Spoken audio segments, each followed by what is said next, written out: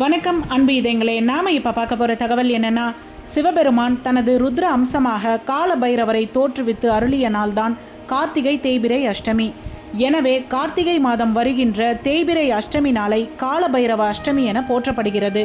கார்த்திகை மாதம் மட்டுமில்லாமல் ஒவ்வொரு தமிழ் மாதமும் வரும் தேய்பிறை அஷ்டமியை காலாஷ்டமி என்றே சாஸ்திரங்கள் போற்றுகின்றன.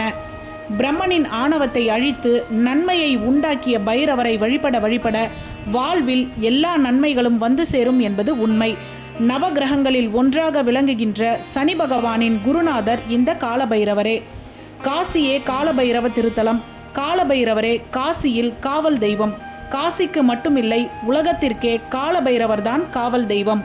அதனால்தான் எல்லா சிவ ஆலயங்களிலும் பள்ளியறை முடிந்து திருக்கோவில் நடை சாத்தும் போது நிறைவாக திருக்கோவிலின் ஈசான மூலையில் அருள்பாலிக்கும் கால பைரவருக்கு பூஜை செய்து வழிபடும் நியதி இன்றும் இருந்து வருகிறது.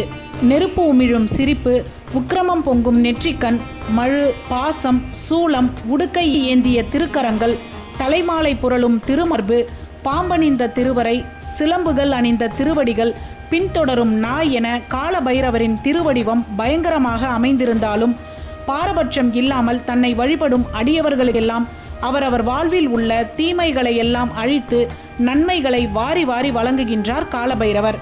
தேய்பிறை அஷ்டமி நாளில் காலபைரவரை வணங்கி அஷ்டலக்ஷ்மிகளும் மேன்மை பெற்றிருக்கிறார்கள். குலதெய்வம் தெரியாதவர்கள் தேய்பிறை அஷ்டமி நாளில் காலபைரவரை சிரத்தையுடன் வழிபட்டால் குலதெய்வம் காட்சி கிடைக்கும். மேலும் நம் கர்ம வினைகள் எல்லாம் நீங்கி நல்லது நடக்கும். அஷ்டமி நாளில் அதிகாலை எழுந்து நீராடி இஷ்ட தெய்வத்தை வணங்கிவிட்டு உச்சி வேளையில் பைரவருக்கு சிகப்பு ஆடை அணிவித்து செந்நிற மலர்கள் சூட்டி நெய்விளக்கேற்றி மிளகு, தயிர் சாதம் அல்லது வெண்பொங்கல் நெய்வேத்தியம் படைத்து பைரவர் காயத்ரி மந்திரம், பைரவ அஷ்டகம் ஓதி வழிபடுவது சிறப்பு.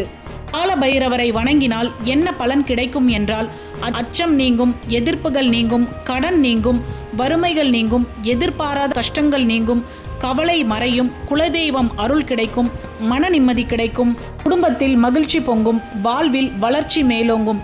இத்தனை சிறப்புகள் இந்த தேய்பிறை அஷ்டமி நன்னாளில் கால பைரவரை வணங்கி வாழ்வில் முன்னேறுவோம். இந்த தகவல் உங்களுக்கு பிடிச்சிருந்தா நம்ம சேனலை லைக் பண்ணுங்க, ஷேர் பண்ணுங்க, கமெண்ட் பண்ணுங்க, மறக்காம சப்ஸ்கிரைப் பண்ணிட்டு பெல் பட்டனை கிளிக் பண்ணுங்க.